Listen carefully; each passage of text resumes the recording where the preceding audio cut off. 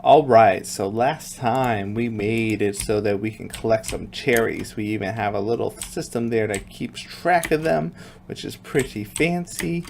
So we can start to paint a picture of where we want the player to go, right? Like you see how like over here, like it's only on the right side, and so the player knows, oh, that's where I should go because you know there's cherries over there. Yay! The problem is, the player has no idea how many cherries they've collected. Like if they're actually playing the game, they're not going to see the sidebar with the script and the number of cherries that they have. That doesn't exist to them, right?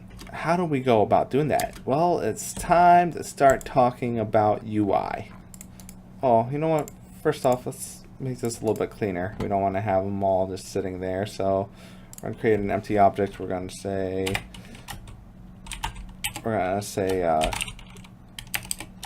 holder, collectible holder. And if you go all I'm using is the control left click, and then you drag them over and they'll all go underneath there. And you keep them all underneath there so that you don't have to worry about them taking up your entire hierarchy over here. All I did was I created an empty object and I placed them all over there. Let's start talking about making a UI. So I'm going to save my scene. I'm going to right click over here and we're going to go to UI, and we're going to put in a canvas. Now a canvas, you hit the F key while you have it selected, and you see our world is that tiny. And this is the canvas. All this does is creates the size of our screen on the camera, and this always mirrors it if you have the screen space overlay over here on the canvas on the render mode, meaning that this is literally the size of the screen, and that's what it's gonna look like, whatever you see on this. So once again, if you hit F while you have it selected, like for instance, if I hit F while player selected, my game will focus in on the player. If we hit F while the canvas is selected, we'll get the whole canvas over here. Now we want something on this canvas to say how many cherries that we have. So if you right click on this, you hit UI and you go to text, and you want to write. You can actually move the text around just the same as you move everything else, and you place it somewhere like right here perhaps, and you can change the text to say cherries. Okay. Now we want to make sure the coloring is pretty good as well, so, and check out the spacing as well. So I don't need it to be that big. We're probably gonna want the size to be quite a bit larger, but we don't want it to take up too much space either. So we go like this perhaps, maybe bold it up. Is there a bold on here? There we go, font style, bold. And then let's play and see how it looks, right? Boom, you see right here we have a cherry text up there. It looks pretty good until we jump into the dark blue areas, but those aren't supposed to be there anyway. We'll be fixing that sometime in the future. So right now it says cherries up top. We can actually see the text continuously. It's pretty nice. So maybe we should actually put something else on here. So we're going to change this to just saying collectible type. Right. We're gonna write here just to say player UI, and let's put another text on here. All I did was rename the canvas, by the way, and rename the text on here, just so that we can better keep track of things. It doesn't make a difference in terms of how the game is gonna run or anything. Anyways, you want to right click, go to UI, want to hit another text, and we're going to line this up. You'll see that it shows like the line in the middle, so it's showing that's lined up.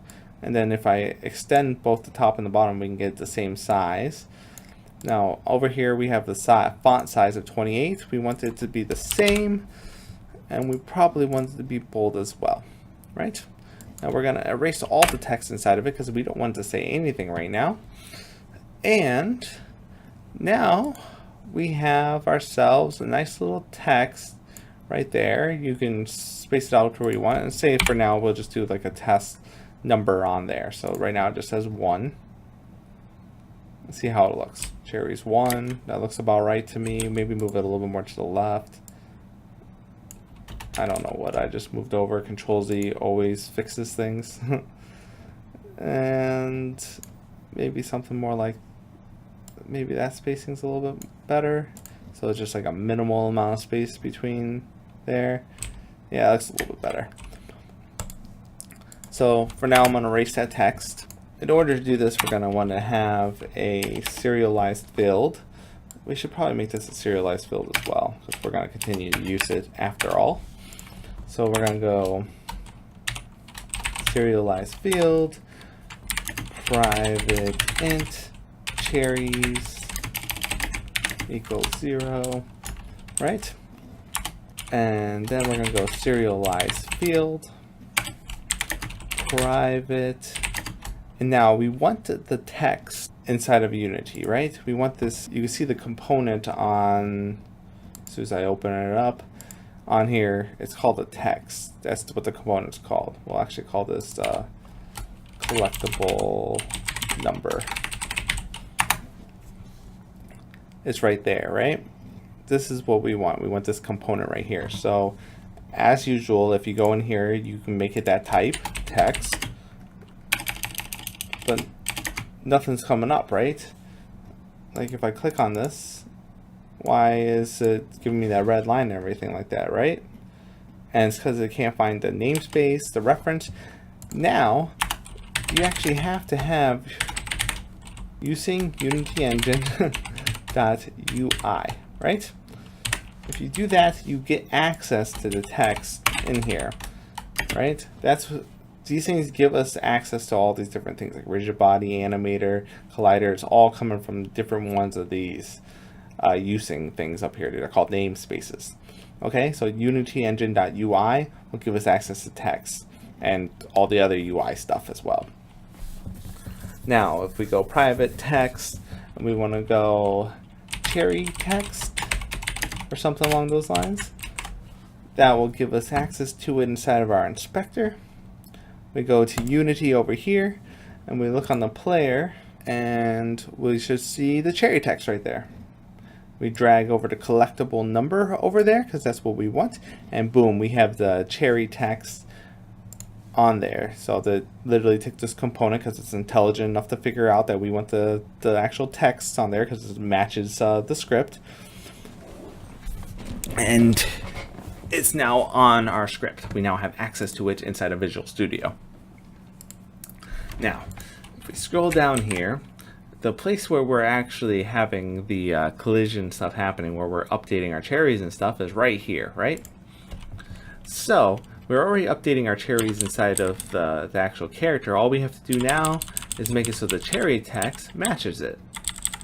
So cherry text. The problem is, if we go equals cherries, what happens here?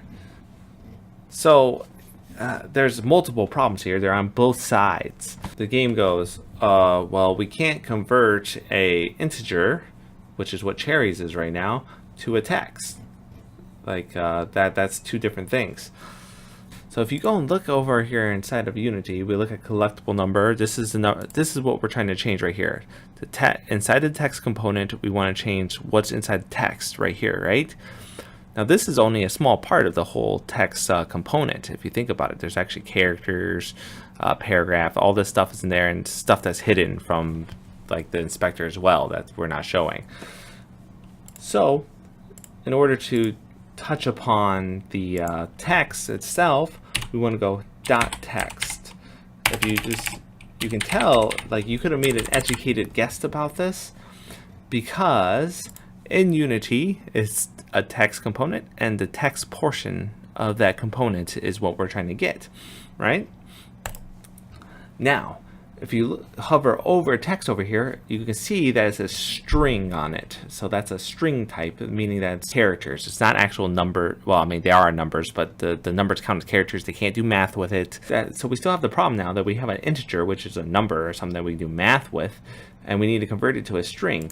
Now, pretty much all numbers can be converted by using a function to string. Put the parentheses after it and the semicolon after it, and all of a sudden we're converting this number to a string, and we're replacing this text with it. So every time we hit a cherry, this happens, right? So now if we go into Unity, we hit the play button. Currently we have nothing inside of there, and we hit these, boom. Right? Now there's a problem that it has nothing at first, so we just want to put the number 0 because that's what we start off with in the game. And we re-hit that play button.